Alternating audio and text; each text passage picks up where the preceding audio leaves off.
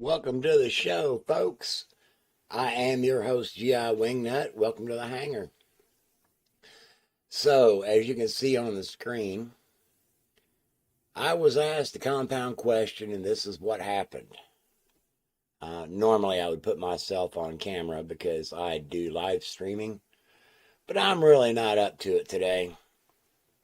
That said, I just want to let it be known from the get go that I grew up in the Assemblies of God Church in the 70s, and it was quite the ride.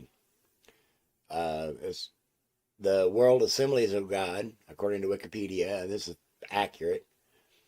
Uh, the World Assemblies of God, or AG Church, officially known as the World Assemblies of God Fellowship, is an international Pentecostal denomination, and we're going to get into that a lot deeper. But I want to get to what this compound question was all about.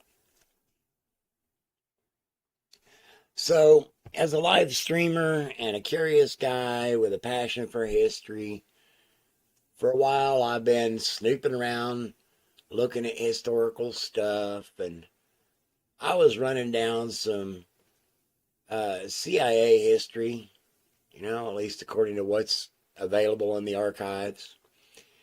And a buddy of mine that I do a lot of work with asked me this compound question.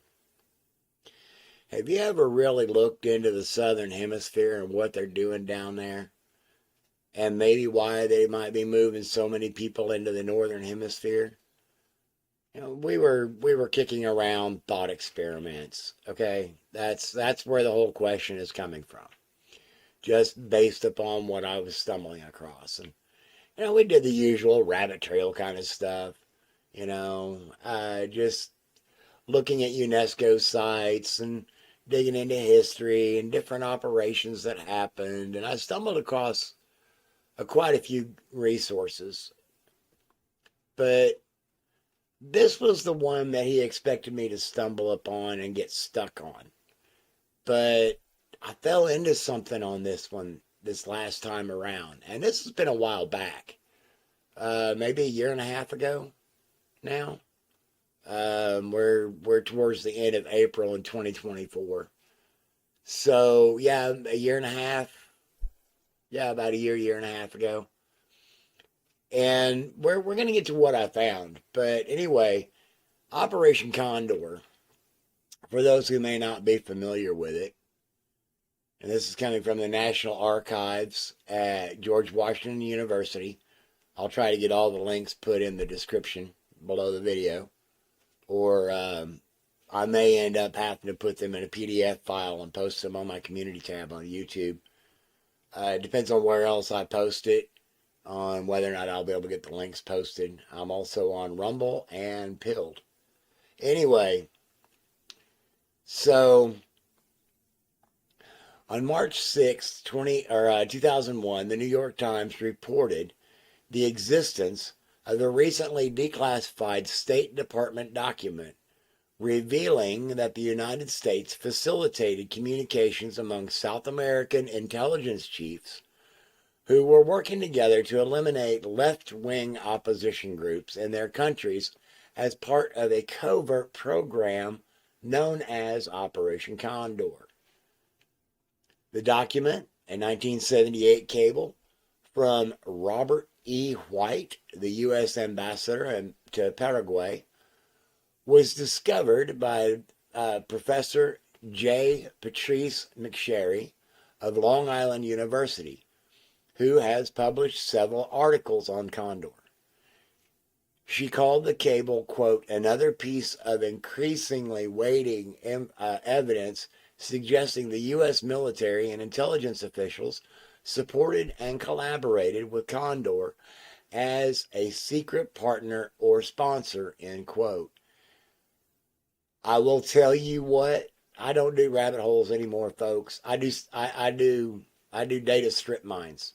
All right, so y'all better buckle up because we're going to be in for quite a ride. This is going to be a run. This is something I've needed to do.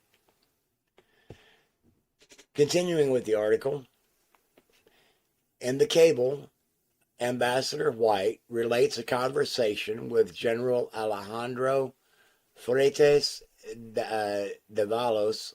Please forgive my lack of Latin speech. My tongue is very American. Back to the article. Let me just start over. In the cable, Ambassador White relates a conversation with General Alejandro Freitas Davalos, Chief of Staff of Paraguay's Armed Forces, who told him that the South American intelligence chiefs involved in Condor, quote, keep in touch with each other through a U.S. communications installation in the Panama Canal Zone, which covers all of Latin America, end quote. I got to insert thought here because this is a piece of history that I will get back to, all right?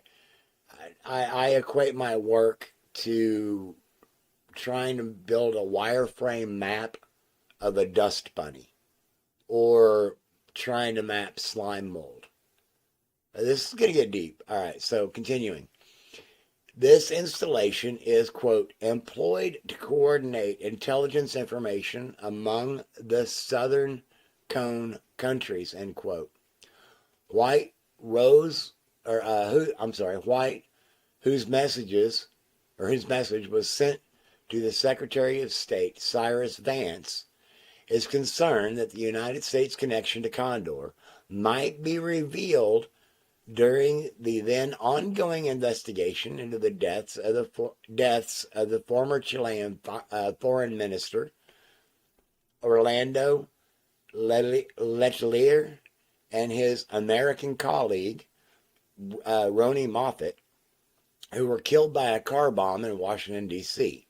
Quote, it would seem advisable, end quote, he suggests, continuing, quote, to review this arrangement to ensure that its continuation is in U.S. interest, end quote.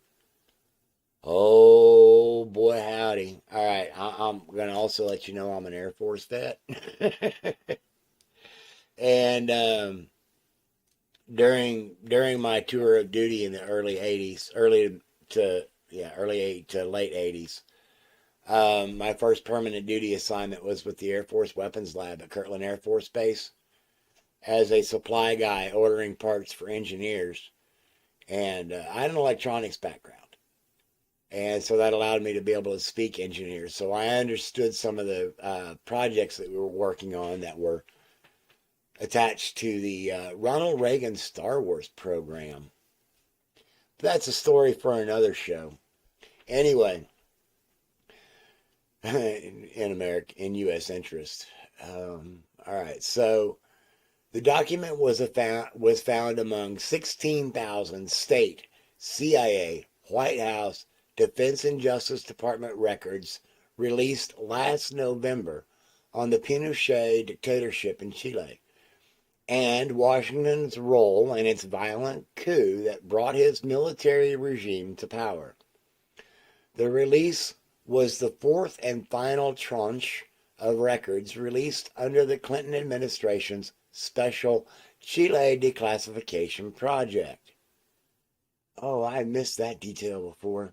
Okay, so, yeah, put a pin in the Clinton administration, because,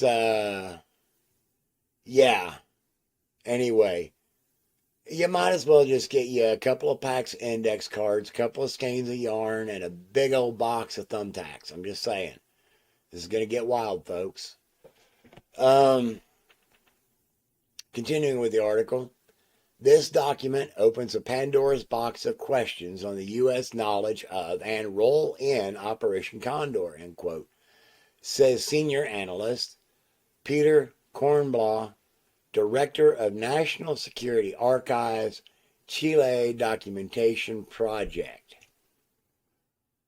Yeah, anyway, the archive published a second document, a page from a CIA cable regarding Brazil's role in Operation Condor that Kornblau said contained information that could shed light on this issue. The undated page refers to Condortel, the quote, communications network established by the Condor countries, end quote. Kornblau pointed out that the entire next line was or has been censored by the CIA.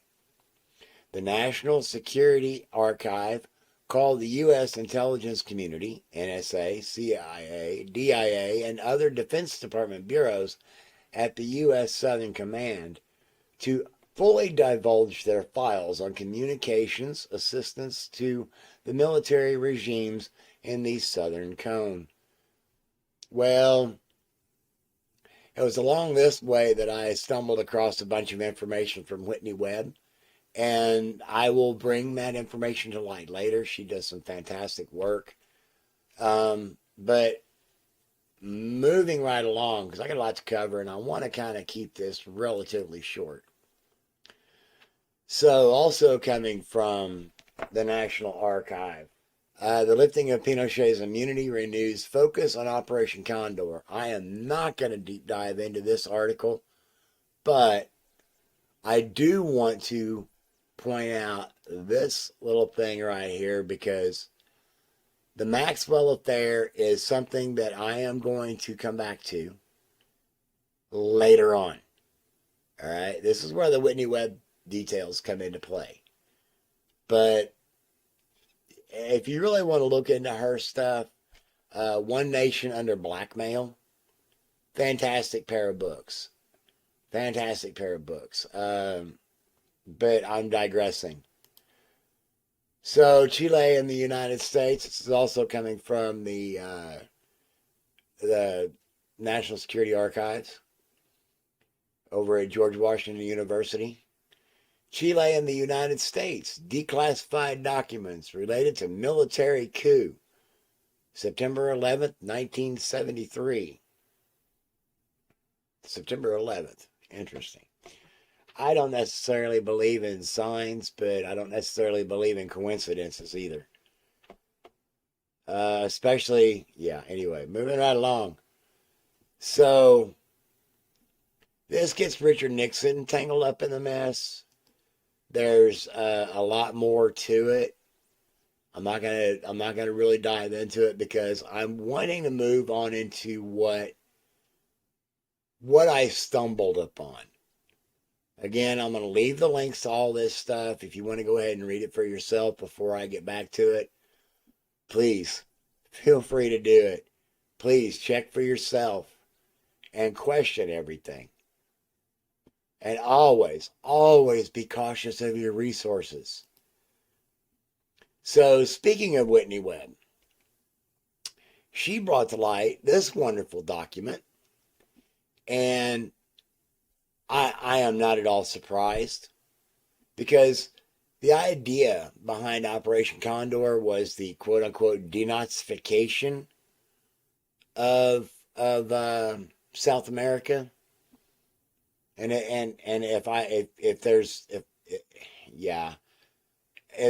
YouTube doesn't like some of the words I use, I will go back and edit them and we'll figure it out. But anyway, I'm just using history here, folks. I'm using terminology from history. I'm a historian.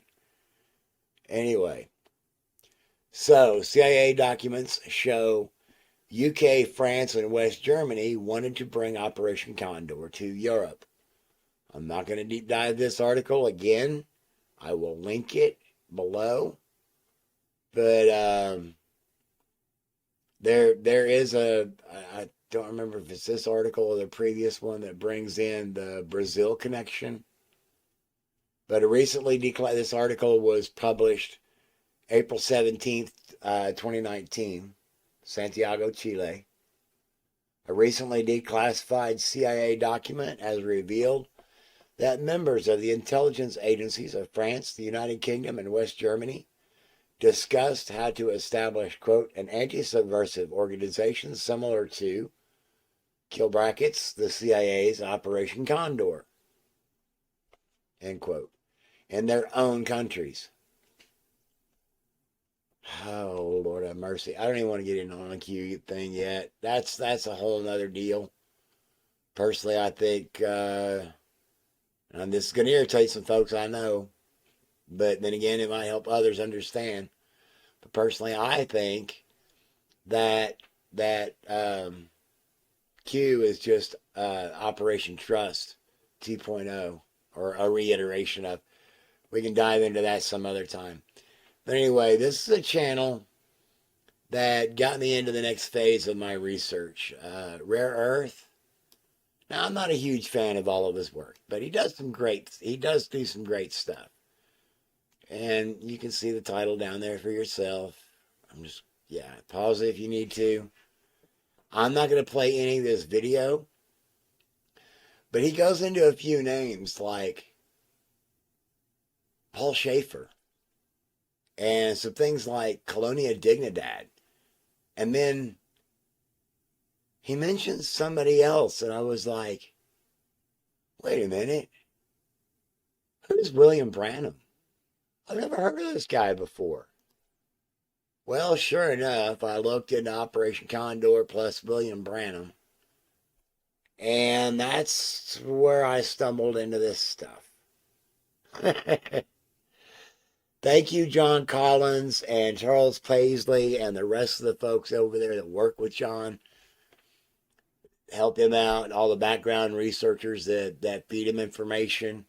They do some fantastic work over there, and it helped me untangle so much. But again, I'll leave links. Operation Condor was a United States-backed political and terrorism campaign involving intelligence operations and the assassination of key political opponents in South America. I'm not going to deep dive into this too much, but because I got a couple of videos that I'm going to play from John, and I need to share this Paul Schaefer guy. All right. Oh, and this is a fantastic book, Weaponized Religion by John Collins. Excellent read, deep research. Pardon me. And lots and lots of footnotes, because as he aptly points out, we have to document everything so that people can go for themselves and see for themselves what the historical facts are in the archives, so they can verify for themselves that we're not just pushing some sort of wackadoodle nonsense, that we're actually trying to correctly rewrite history based upon the facts at hand, based upon the documents in the archives. Anyway, footnotes, footnotes, footnotes, annotation, context, context, context. I don't care if you're talking, I'm going to diverge for a second here. I'm going to digress for a moment. I don't care if you're talking about biblical teachings, or if you're talking about teachings from the Torah or the Quran or any of the New Age texts. Context, context, context. You can't understand anything just by pulling a thing out, which is why I study history from an anthropological point of view. When I look at history, I want to see what the people are doing. I want to see who they're connected to. I want to see how they're affecting others. Are they helping, or are they hurting? Anyway, this has been up on the screen long enough that you've been able to read enough of it. I'm not going to dive into it. All right, but I do need to bring this up real quick before we move along, because I mentioned having grown up at the Assemblies of God Church, and I've heard others mention this as well. And many of them may not be aware of the history behind the church and where it all got started. Again, I will leave links so you can go dive in for yourself. But the important facts are that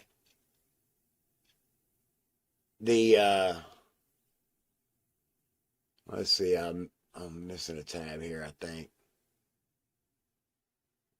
But Assembly of God Church had splintered off from another denomination that was predominantly black, and it was a bunch of white guys. All right. What's crazy is that the Assembly of God Church was officially founded in 1914, and you'll notice this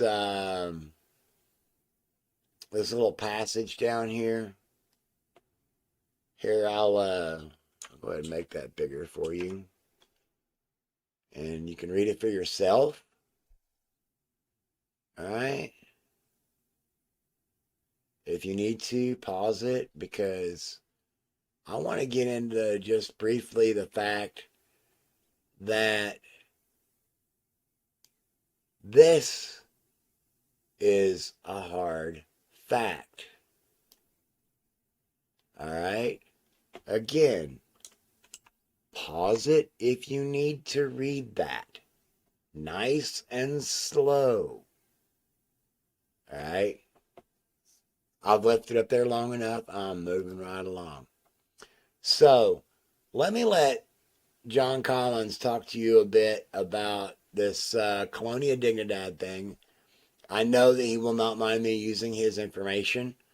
He's already told us to please share it out, and this is deeply works into what I'm talking about, because this deals with government involvement within religion and how it's seeped in, and this definitely works into a lot of things that Laura over at Magical Mystery Church has been bringing up about things like, oh, I don't know, how Alice Bailey plays in to all this, and how Alice Bailey plays into the New Apostolic Reformation, and how this plays into the New Apostolic Reformation, and how it has a history of leaving destruction behind it. Anyway, I'm getting fired up. So, John, please take it away. Colonia Dignidad, or Dignity Colony, was a William Branham cult compound in Chile with a very interesting history. Shortly after William Branham established multiple offices in Germany, about the same time that message cult leader Jim Jones of People's Temple started spreading William Branham's apocalyptic fears and moved to South America for the first time, message cult leader Paul Schaefer moved to Chile and began setting up the commune. By 1963, 230 message believers had migrated to Colonia Dignidad. From there, the history became very dark and has been the subject matter of several movies and documentaries. The compound harbored Nazi leaders that were fleeing to South America, and Colonia Dignidad became known as the colony to fleeing Nazis. The CIA and Nazi hunter Simon Wiesenthal claimed to have evidence that Hitler's angel of death, Joseph Mengele, spent time in the message commune. Message believers in Colonia Dignidad began torturing and killing everyone from opponents of the current political regime to children who disobeyed Branham's cult rules. Worse, the message believers in Chile were manufacturing and stockpiling weapons of war. When the compound was raided, officials found surface-to-air missiles, rocket launchers, machine guns, submachine guns, hand and cluster grenades, rifles, anti-personnel mines, automatic pistols, and a large amount of ammunition. As the investigation continued, officials found sarin gas and learned that the message believers were manufacturing chemical and biological weapons. Also found were 500 files on people who had been assassinated in Chile, from political leaders to entertainers. One file had the name John F. Kennedy on it, and inside were 2 bullets of the same caliber that was used by Lee Harvey Oswald in the assassination of JFK. You can learn this and more on william-branham.org.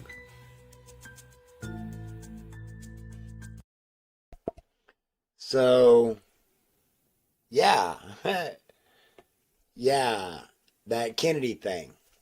So, we'll address that later, or better yet, go over to Leaving the Message and check out the work. There's a lot of information there. But see, He had to go and bring up that whole Jim Jones thing, didn't he? Of course he did. Here's why it's important, especially to me, but we'll get there. Yeah, we'll get there in a moment. So, Jim Jones, James Warren Jones, born 1931, died 1978, was a charismatic religious cult leader who, with his converts, performed mass self-delete in Jonestown, Guyana. And he started his career as a Methodist minister with a Pentecostal background, converted fully to Pentecostalism in the early 1950s.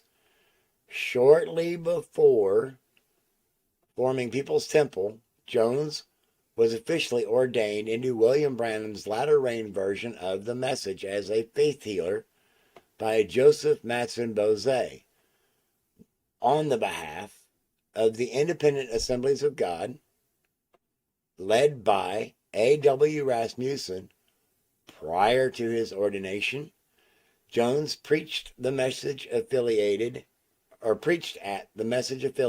Laurel Street Tabernacle, dedicated by message promoter Roy W. Weed and supporter Lester Summerall. Yeah, Roy Weed. Hang on a second. I might have to put an edit in here. No.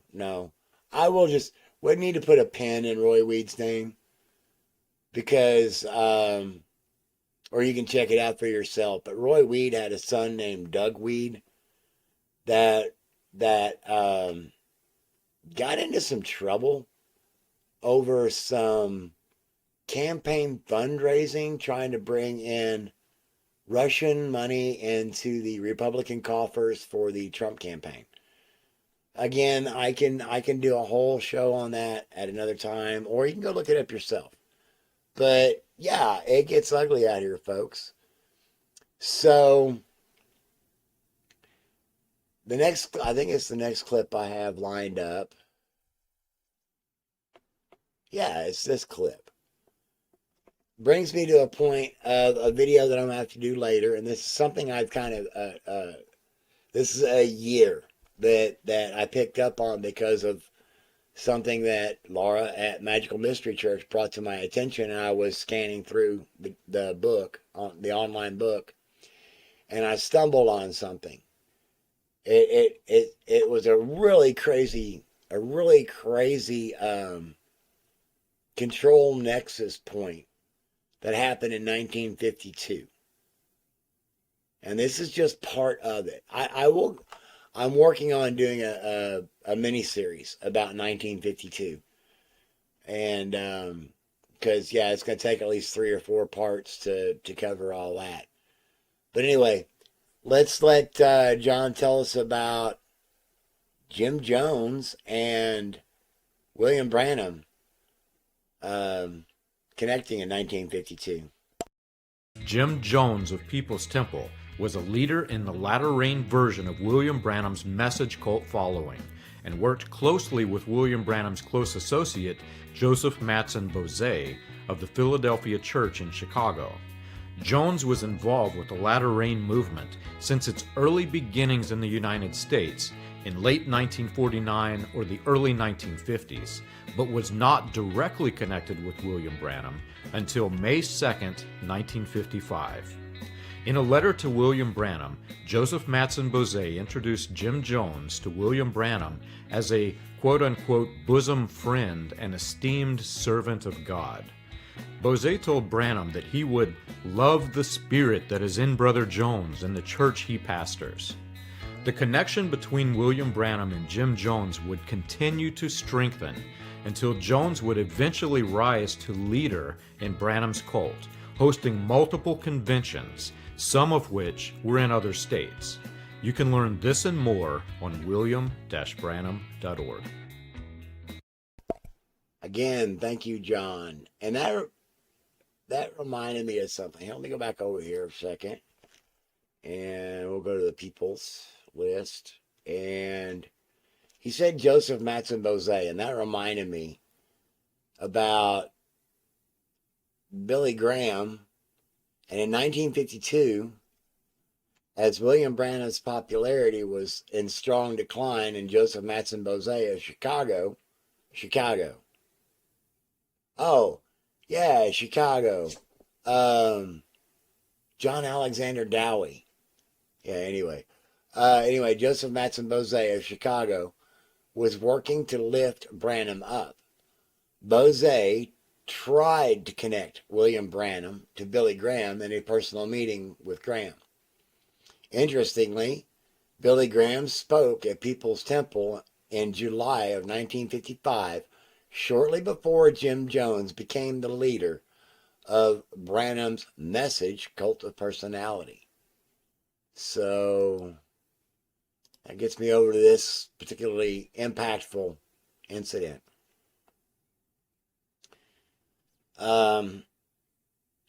Yeah. So November 18th, 1978, I would have been 14 years old. And I was eyeballs deep, folks, in the Assemblies of God Church. Royal Rangers. And I was deep. Looking back on it, I've still got a lot yet to untangle. There was a lot of Ken Copeland, Pat Robertson, Hal Lindsey, just Jimmy Swaggart, that whole gang back then. And we're gonna get to that later on down the road, because it took me a lot to untwist a lot of this stuff that got drilled into my head. Yeah, I went off. I bought that Christian nationalist ideology. I went off to the military. I did my civic duty. Yes, I'm an Air Force vet. And I did good studying as a businessman, and I worked well as a businessman. Here, let me take that off the screen. I did good as a businessman. I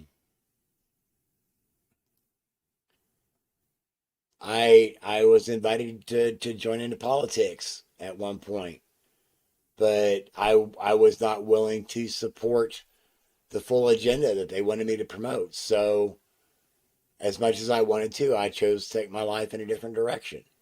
So yeah, I skipped on that. And when it came to being a preacher, I did a hard pass on that. Yeah, anyway. There's a whole lot more to that story. But there's this to add to the wave of destruction. This thing that happened a little over a year ago. And as soon as I saw it happen, it reminded me of Jonestown.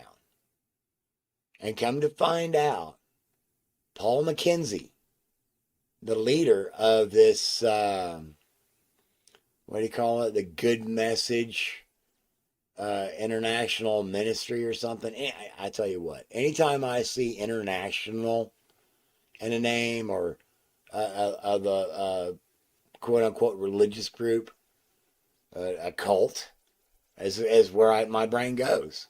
International or Living Word or bells and whistles start going off, man. It gets bad quick. Anyway, if you really need to read more on that, or if you really need to know more on that, go right ahead, do some research. There's some more videos on it over there on Leaving the Message. There's just so much to unwind here, folks. Oh yeah. Laura uncovered a document. Laura over there at Magical Mystery Church uncovered a document, or became aware of and did a video on a document. Yeah, I'll do a post and I'll throw it up here on the screen. But yeah, she ran across a document that I'm going to dive into, and by now it'll be on the screen. I already knew about the CIA controlling the media, Operation Mockingbird. If you haven't heard of it, go look it up. MK Ultra, if you haven't heard of it, I'm going to readdress that subject later, and I'm going to show its parallels. I mean, immediate parallels to Scientology. Yeah, my thing is digging up these bizarre and wacky and unheard of government connections. I mean, if you haven't heard of who the finders were, or the fact that they still exist, or at least some of the people that were key members of it still exist and they're still running around, and how it's connected to the government and was covered up, go check it out. Better bring a barf bag. It's bad. Comparative cult studies and government connections. That's what I do. And it's untangled so much for me. Anyway, I put together a bit of an outro to pay some tribute to some folks that have helped me out with untangling some things and figuring some stuff out. Please go look up their websites, or go look up their channels on YouTube or wherever else you might be able to find them. I'm going to be focusing this particular project on YouTube instead of elsewhere, although I will be putting it elsewhere. Anyway, folks, be cautious about the sources you utilize, and be willing to use multiple resources. And do not be afraid to accept facts that may challenge your very thinking. The best way to prove yourself right is to try to prove yourself wrong. Anyway, yeah. See you in the next one, folks.